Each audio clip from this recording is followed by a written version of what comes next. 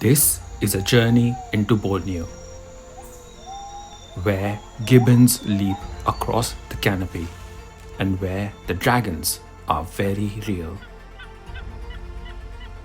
A dazzling diversity of species is found on this island.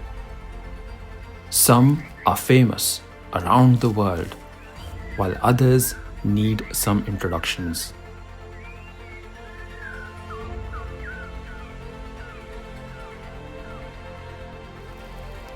Join us on an adventure as we uncover the hidden stories of the wildlife of Borneo.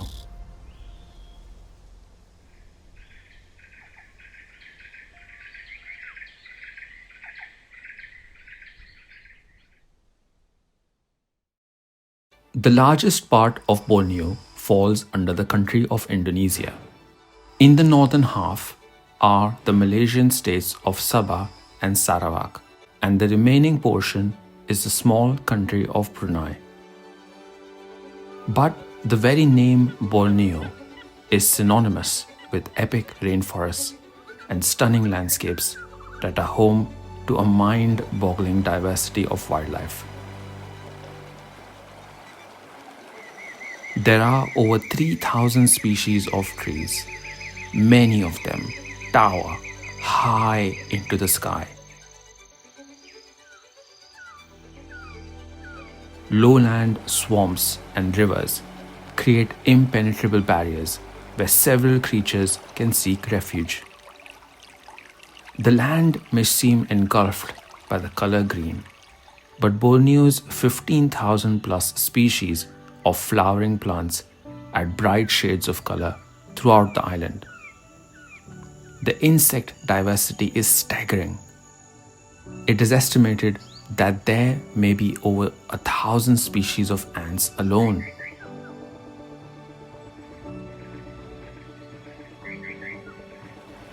There are dizzying numbers of winged insects, and several more await discovery in the more remote parts of this island. Secretive and rarely seen reptiles occupy a range of habitats here.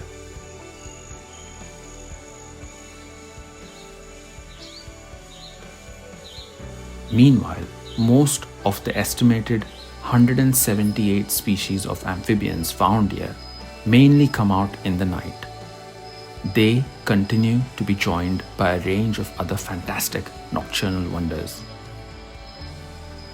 And the trees are not just resting spaces for gigantic monitor lizards, but also for some of the incredible 400 plus species of exciting and colorful birds.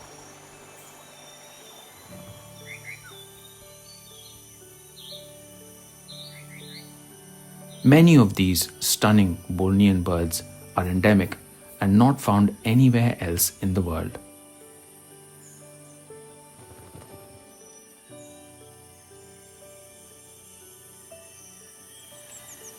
Amongst the mammals, the most well-known is a red ape that is undoubtedly the poster child of Bornean wildlife.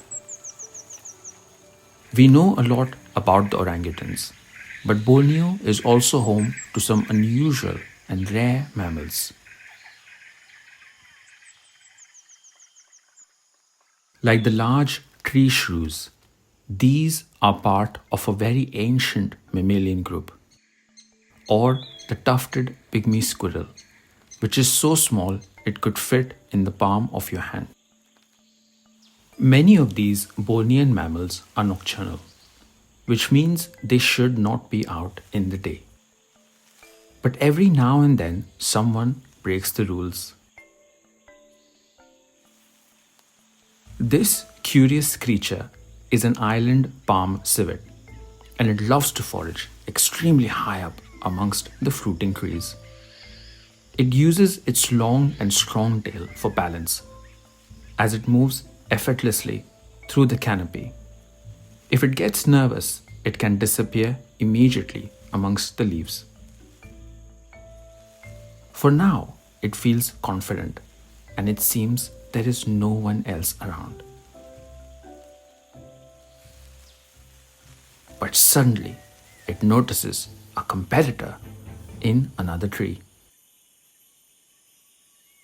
Another creature with a very long tail, but it is not a civet.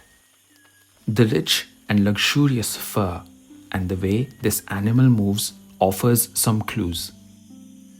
This is the aptly named cream colored giant squirrel, also known as the pale giant squirrel. Despite being slightly bigger than a house cat, they blend in with the branches and tree trunks so well that they can easily disappear from your sight. It's only those quick, twitchy movements that give them away. Like the island palm civet, they are fond of fruits, but this individual cannot seem to get enough of the tree's fresh bark. The agile limbs and that powerful tail allow the squirrel to exploit some really tricky angles. It is the tail that helps it anchor onto a sturdy and trustworthy branch and helps the squirrel to confidently check out every nook and cranny in this tree. They prefer the tall canopies of untouched rainforest trees, and they are rarely seen in secondary or logged forests.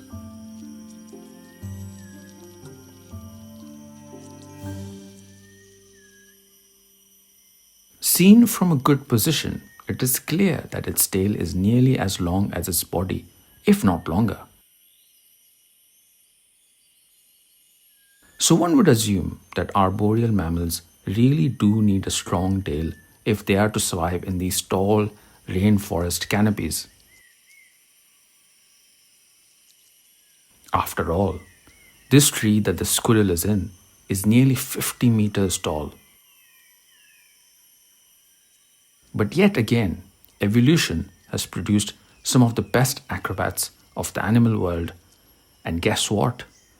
They don't need a tail.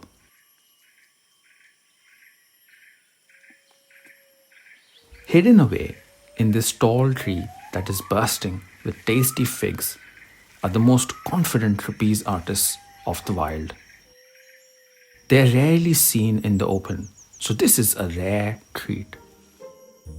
Meet the Bornean Gibbon, and once you see one of these fantastic primates, you will surely see the other family members dropping and dancing through their high-rise world. They love to hang around and enjoy all the fruits that they can lay their ultra long reaching hands on. The tiny beady eyes of a baby gibbon peer out from the thick and tall canopy. This is a curious place for the baby, for there are giant birds and other creatures out there that can seem quite scary. But it's the wider family to the rescue. The gibbons tear through the branches and drive away much larger competitors.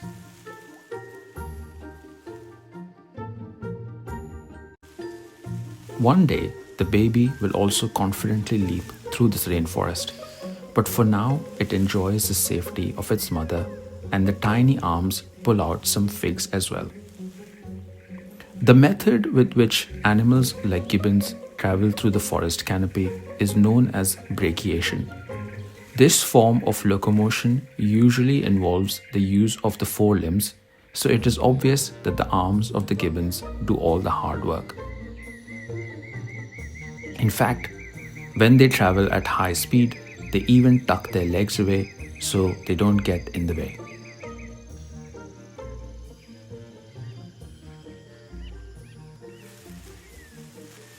It is clear that these rainforests are rich with beautiful trees that support a variety of wildlife.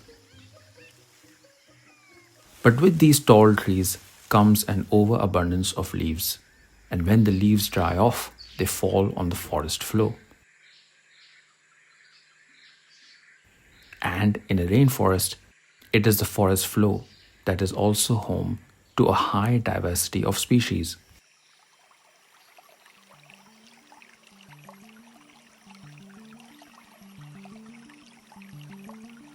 As the morning mist clears out, warmth-loving skinks move out of their night resting spaces into sunspots on the forest floor. The dry leaves provide a perfect backdrop for them to camouflage and heat up. They need to raise their body temperatures to about 32 to 36 degrees Celsius so that they reach their best operating levels. And this fine individual is just about to hit those magic numbers. One of the first things on its mind will be to investigate if there is any food around. A small insect would make a nice breakfast. And as if by magic, a fly just wanders into its path. Missed, but the skink will get other chances. Unlike the skink, this Bornean dragon is having no problems and is enjoying quite a lavish breakfast.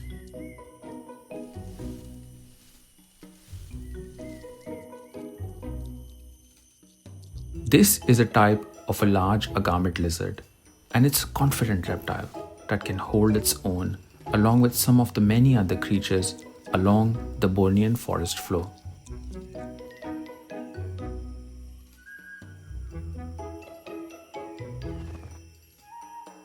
Birds like the black-capped babbler have specially evolved to run on the forest floor.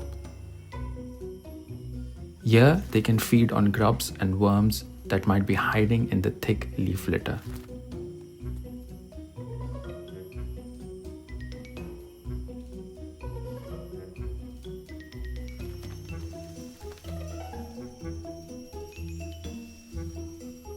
There are also a range of different small mammals like squirrels that join this feeding party.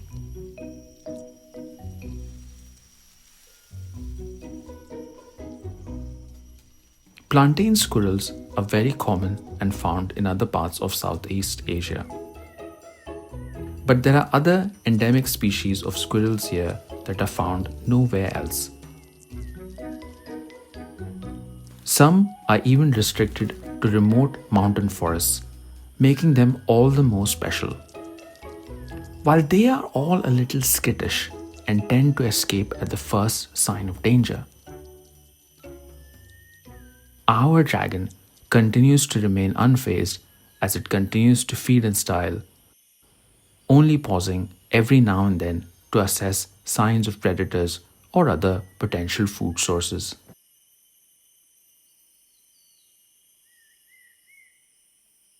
So far, we have visited the lives of a range of unique and exciting creatures, but their homes are now under constant threat, for the rainforest is slowly disappearing.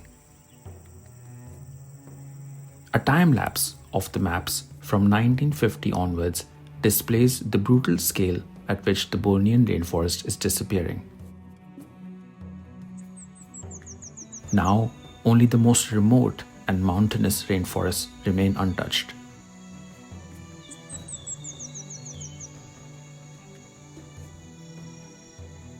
Nothing can replace the stunning beauty and uniqueness of these rich habitats.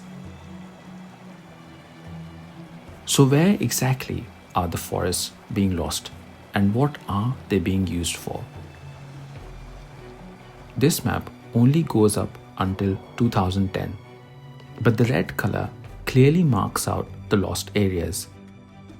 And this map shows us what they are being replaced with.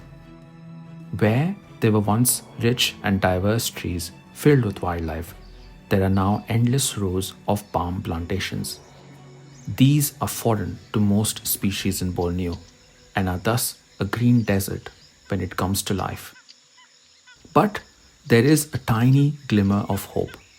Some species manage to survive even in degraded forests. The oriental pied hornbill is a highly adaptive bird, able to feed on a variety of food items. Fruits like figs usually form a large chunk of its diet. But these hornbills have been recorded preying upon a strange array of other creatures, from small birds, insects, and reptiles to even snails, crabs, and fish from the water's edge. But the hornbill knows that it needs the other species to survive with it.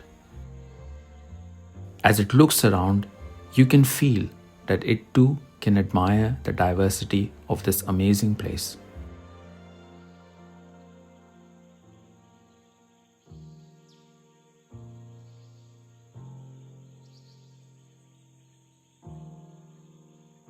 It can see that the other animals are on the move. And the hornbill has also spotted some tasty treats. Amazingly, it's a variety of palm fruit, for these also form a part of the diverse diet of this incredible and beautiful hornbill. The ability of a few species, like the hornbills, to find food amongst trees that are not native gives us a little bit of hope.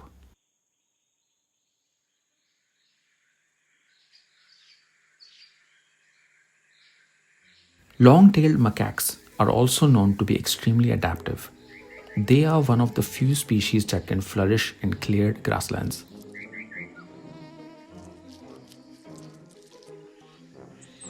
Human settlements are just a part of the forest for them, as young macaques leap from significant heights.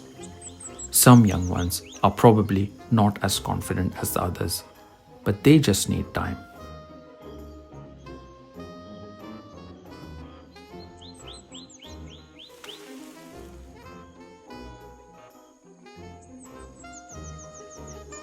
While these macaques are taking advantage of the fresh grass and plants in a man-made garden, there are other primates that are getting a helping hand from the human guardians of the forest as well.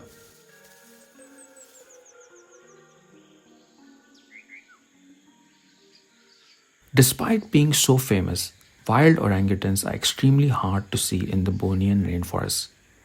They depend on these tall trees as they travel through the forest in search of food. Because of the intense deforestation and habitat loss, many orangutans lose their homes and get injured. But help is at hand.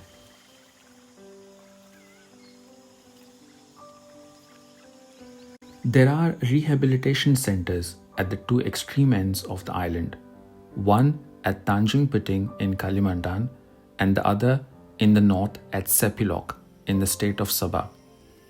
Rescued orangutans are provided with food and shelter in beautiful, protected reserves where they have a chance to thrive.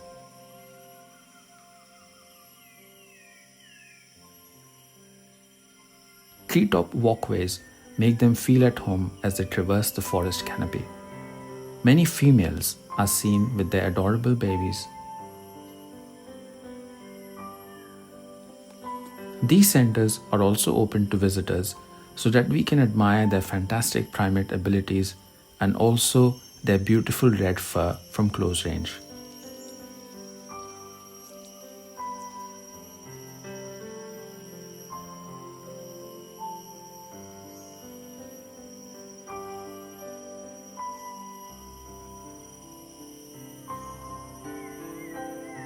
The babies that grow up here will be truly wild again, as this reserve does not have any boundaries and they are free to come and go as they please.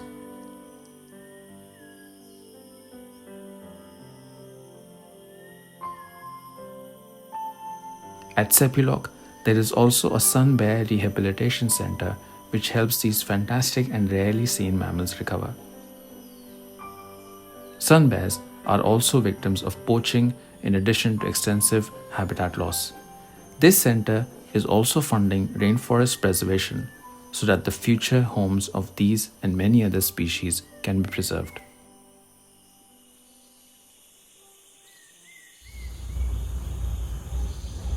The famous and epic rainforests of Borneo are well known for their wildlife, but it is not easy to find them. We had to be quick to photograph them as many only gave us fleeting views. Muddy and bumpy roads greeted us in the deepest parts of the reserve. for this is, after all, a rainforest.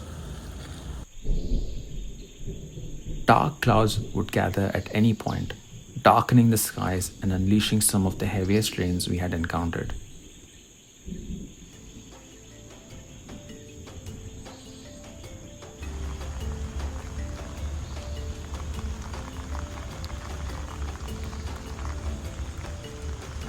But fortunately, the days continued to be mostly bright and rain-free, and that allowed us to film some of the wildlife on land. The fantastic insect life continued to amaze us throughout our stay.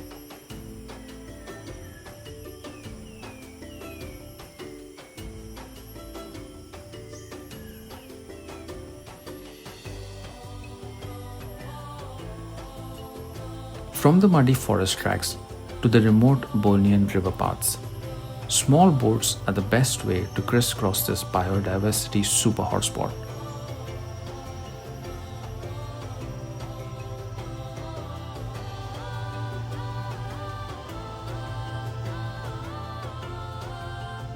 But filming wildlife on these small but wavy rivers and streams proved very challenging.